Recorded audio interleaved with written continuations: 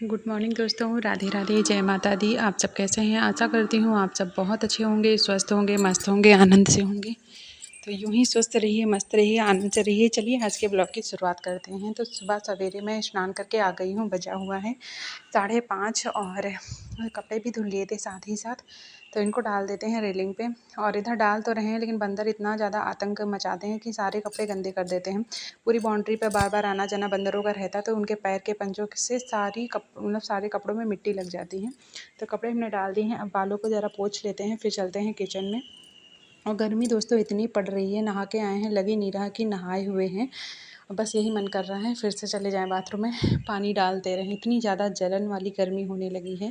तो ये आप सबसे कहना है कि आप सब अपना पूरी तरीके से अच्छा सा ध्यान रखिए अपना, और बाहर मत निकलिए। ज़रूरत लगे तभी निकलिए, क्योंकि धूप भी इतनी ज़्यादा है। 10 बजे के बाद इतनी ज़्यादा धूप हो जाती है, इतनी इतनी ज़्यादा कि अगर धूप में जाओ ना तो जैसे धूप शरीर को टच करती है ऐसा लग रहा है जल गए हैं।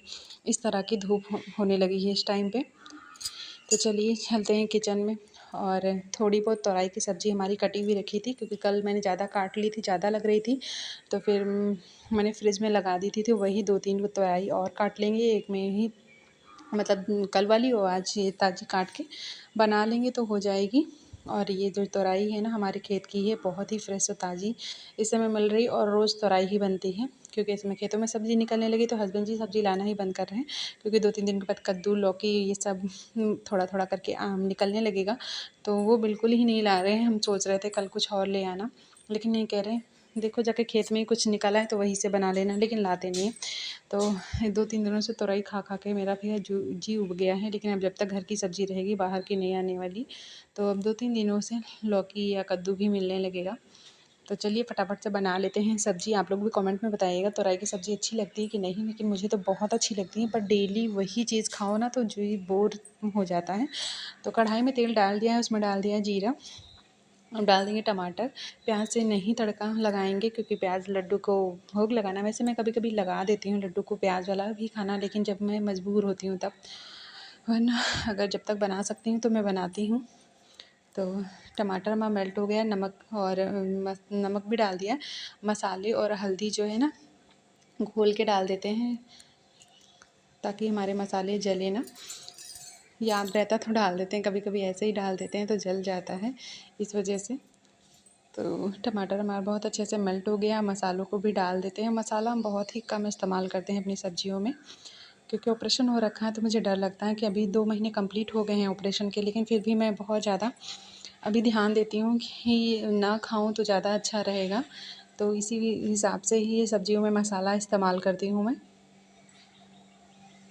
तो बहुत लोग तोरई की सब्ज़ी में बहुत ही कम पानी डालते हैं, पर मैं डाल देती हूँ। मुझे हमारे घर में मेरे हस्बैंड ना हर सब्ज़ी ना रसेदार ही पसंद करते हैं, तो चावल भी डाल देंगे, रोटियाँ बना लेंगे। और इधर मुझे लग गई है भूख, तो कुछ एनर्जी बरकरार रखने के लिए थोड़ा सा खा लेते हैं। एक केला था, मैं खा लूँगी, फिर उसके बाद अपने काम में लगती हूँ। तो आटा गूँथ के रख दूँगी, उसके बाद मैं लड्डू को स्नान कराऊँगी। अभी लड्डू को जगाया गया नहीं है, आटा गूँथ के रख देते हैं, तो जिससे आटा अच्छे से फूल जाता है तो रोटियां बहुत ही सॉफ्ट बनती हैं। या तुरंत आटा गूँथो और रोटियां बनाने लगो तो रोटियां ज़्यादा मुलायम नहीं होती, टाइट टाइट सी बनती हैं, रूखी सूखी सी। इस वजह से थोड़ी देर आटा गूँथ के रख देंगे तो सॉफ्ट हो जाएगा। तो अब मैं नहला दूँगी लड्डू को, तब तक हमारा आटा जो है फूलता रहेगा, सॉफ्ट हो जाएगा मतलब। तो उसके बाद रोटियां बनाएंगे। और लड्डू को भी नहला दिया है, और इनको भी नहाने में बड़ा आनंद आता है ठंडे ठंडे पानी से गर्मियों में। और मुझे भी इनको नहलाने में भी बड़ा मज़ा आता है। मन करता है इनके लिए बाथ टब ले आऊँ, लेकिन इस समय ला नहीं पा रही हूँ, ये बड़ी प्रॉब्लम है। और देखिए दरवाज़ा उधर से सामने का खुला हुआ है, तो सीधे धूप आ रही है कमरे में। और अब ठंडियों में जब ज़रूरत होती है धूप की तो नहीं आती है, गर्मियों में सीधे धूप आ जाती है। तो चलिए छोटे लड्डू को कपड़े पहना देते हैं, और बड़े लड्डू को भी। आप लोग कमेंट में बोलिएगा राधे राधे हमारे लड्डू से।